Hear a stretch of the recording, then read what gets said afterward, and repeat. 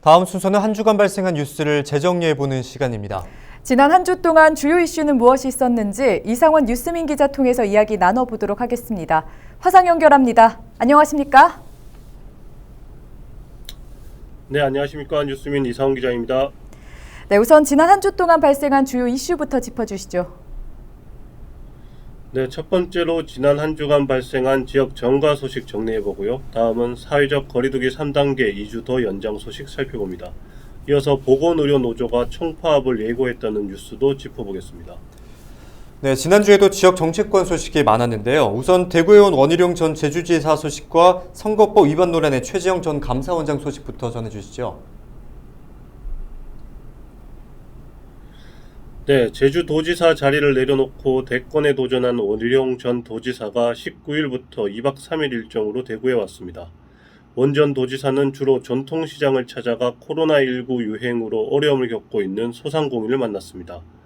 기자간담회도 가졌는데 이재명 경기도지사를 향해선 인간성이 바닥 이하라고 비난했고 윤석열 전 검찰총장을 향해서도 계파 정치를 하고 있다고 비난을 퍼부었습니다. 한편 대구 선거관리위원회는 지난 6일 서문시장에서 마이크를 잡고 지지를 호소해 선거법 위반 논란을 빚은 최재형 전 감사원장을 서명 경고했습니다. 선관위는 법 위반은 사실이지만 그 정도가 심각하지 않아 서명 경고 조치로 마무리한다고 밝혔습니다. 네, 또 대구 수성구 을을 지역구로 하는 홍준표 국회의원이 대선 출마를 공식 선언했다고요? 네, 지난 17일 홍준표 국회의원이 기자회견을 갖고 대선 출마를 공식화했습니다. 홍 의원은 기자회견을 통해 잘못된 방향으로 가는 이 나라를 바로잡아 정상국가로 만들고 선진국 시대를 열겠다고 강조했습니다. 홍 의원은 대통령 중임제 개헌 등 7대 국정개혁 과제도 발표했습니다. 출마 선언 후 홍 의원은 전국 순회 일정을 소화하면서 윤석열, 최재형 두 야권 유력 주자를 향한 비판도 이어가고 있습니다.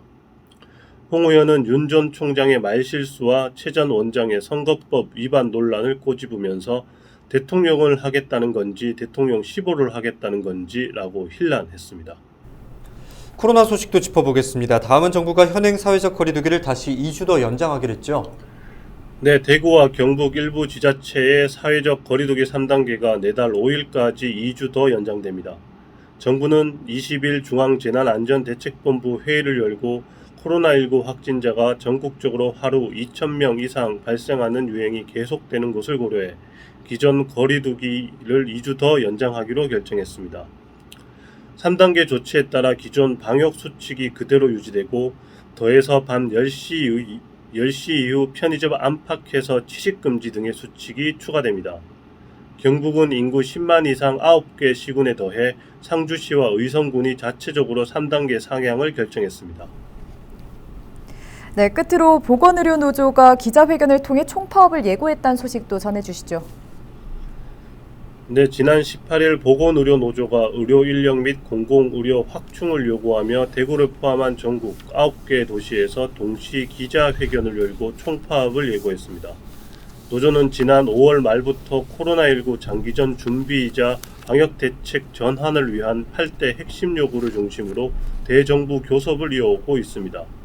이들의 주요 요구는 공공병원 인프라 구축, 간호사 1인당 환자 수 법제화, 공공의대 설립 등입니다. 노조는 지난 17일 전국에서 동시에 쟁의 조정을 신청했고 조정 기간 내에 협상이 되지 않으면 총파업에 돌입한다는 계획입니다. 네, 주간 이슈 점검은 여기까지 듣겠습니다. 고맙습니다. 지금까지 이상원 뉴스민 기자와 함께 이야기 나눴습니다. 네, 감사합니다.